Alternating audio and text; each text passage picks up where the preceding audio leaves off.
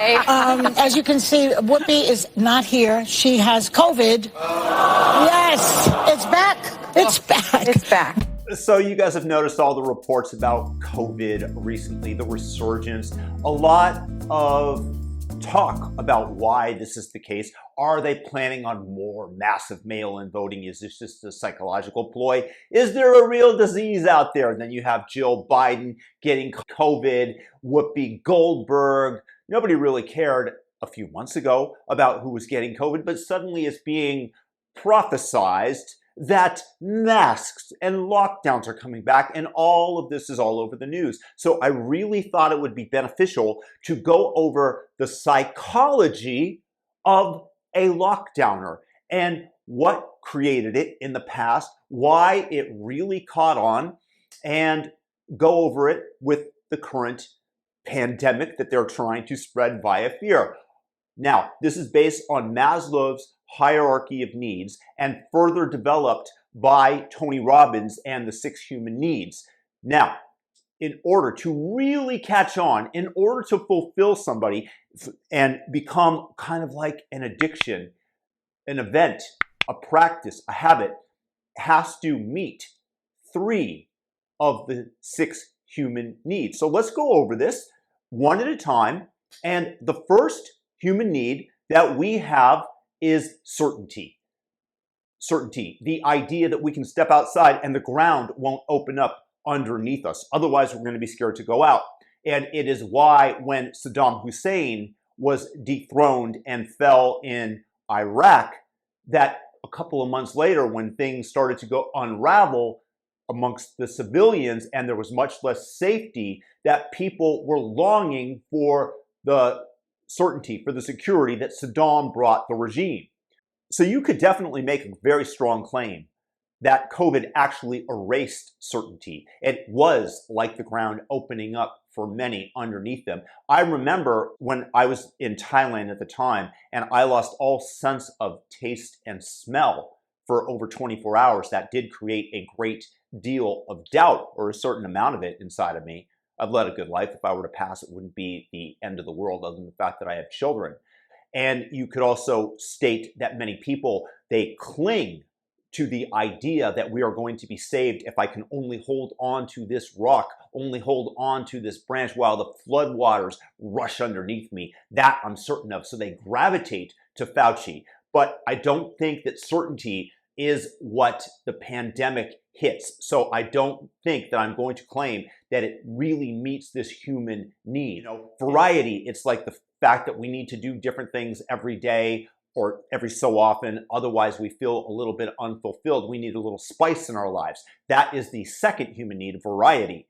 And the pandemic definitely, as I said, created a great deal amount of uncertainty and variety. And for people that were chasing this, this was a tremendous plus. Oh my God, my life is suddenly exciting. Oh my God, I've got to follow the news and see what's coming. There's so much variety. There's so much uncertainty in this situation right now. So the first wave definitely hit on the uncertainty portion. But this next wave is not going to be nearly as high a wave, a crest of the wave is not going to be nearly as high as the pandemic in 2020. Now, in terms of significance, now this is where it really hits. Significance, the need to feel important, what we do, the idea that what we do is important, that it's impacting other people. Now, significance is being hit so hard here. This is definitely a human need that is being met in the pandemic. Oh my God, I get to control other people. I can turn somebody into the authorities who's having a party in their house. I'm important. I'm calling this forward. If I protest loud enough over a mom not masking her 3-year-old on the airplane, I can have that airplane turned around and there's not much that anybody can do to stop me. All I have to do is get a few other of my fearful compatriots to complain vociferously enough with me, and that plane will be grounded. This actually happened. No.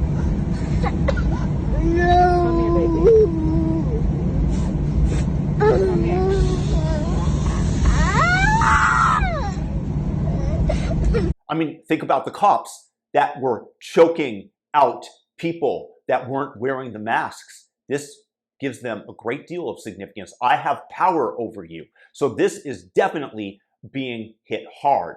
And then connection is the fourth human need. So I want to be able to feel that I'm part of something, that I'm connecting to you. Think about all the lonesome people in their lives that have nobody significant in it, that don't have real friends. Suddenly you're bonded over wearing masks, over enforcing the rules of Tony Fauci and the regulators. We are all together as one society of fearful people. I'm part of something. So the last two human needs are growth and contribution to beyond one's self. So growth, the idea that if we're not growing, we're dying. The idea that we're getting better at something. So for example, I just downloaded and learned how to use a new video editing software yesterday, and it was a little bit complicated to get it all set up. I definitely felt that that was growth. I don't believe that the pandemic is really hitting much in terms of human growth here. So we're going to just ignore that. And in terms of contribution beyond oneself, I actually do think that this need is being met to some degree because I'm sacrificing myself for you. Is kind of significance being met, and the idea that I'm contributing to society, that I'm contributing beyond myself because I'm sacrificing, and therefore I should be appreciated. So it's a combination of those two. But you can see how the pandemic for various fearful people meet these needs, that they hit them quite hard and well, and thus it becomes much easier to throw that blanket over us in terms of lockdown and masking and mandates, because you do it for other people, because now I feel important, because, oh my God, this is so new. I've got this little bit of uncertainty going through me. So that is why they can, to a lesser degree, still bring them back. I don't think that it's going to hit the need of variety as much because we've been through this before and many people are sick of it, and many people are going to recognize the COVID tyrants that state that you have to put on a mask. And I think a lot of people psychologically know that they've done this and they might be more resistant to it. So I think it's going to be a little harder in terms of the psychology of the masses to be able to institute the lockdowns and the masking and everything else, but it's certainly within the realm of possibility. Let me know if this benefited you in the comments in any way. Share the video. I really want to know what you guys think, and please thumb it up. Peace out.